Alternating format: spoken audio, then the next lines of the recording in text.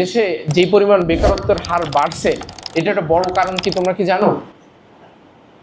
তোমাদের কাছে মনে হতে পারে দেশের চাকরি বাকরি নাই, দেশের চাকরি বাকরি আছে। সমস্যাটা হচ্ছে আমরা ভয়াবহ রকমের অলস হয়ে গেছি।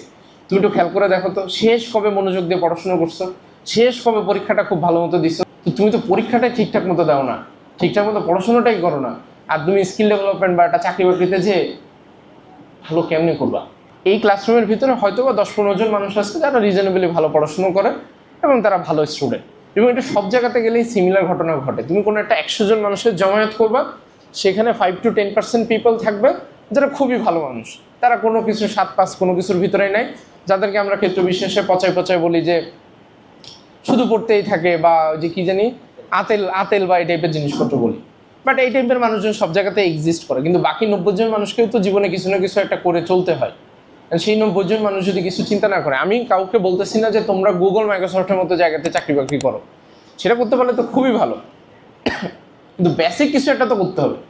অ্যাটলিস্ট 20-25 হাজার টাকার বেতনে হলেও তো একটা চাকরি বাকরি করা দরকার, অ্যাটলিস্ট কিছু একটা ক্যারিয়ার তো শুরু করা দরকার। তোমার বাসা বা তোমার ফ্যামিলি বা সেটার কথা চিন্তা করে তো তুমি করতে হবে।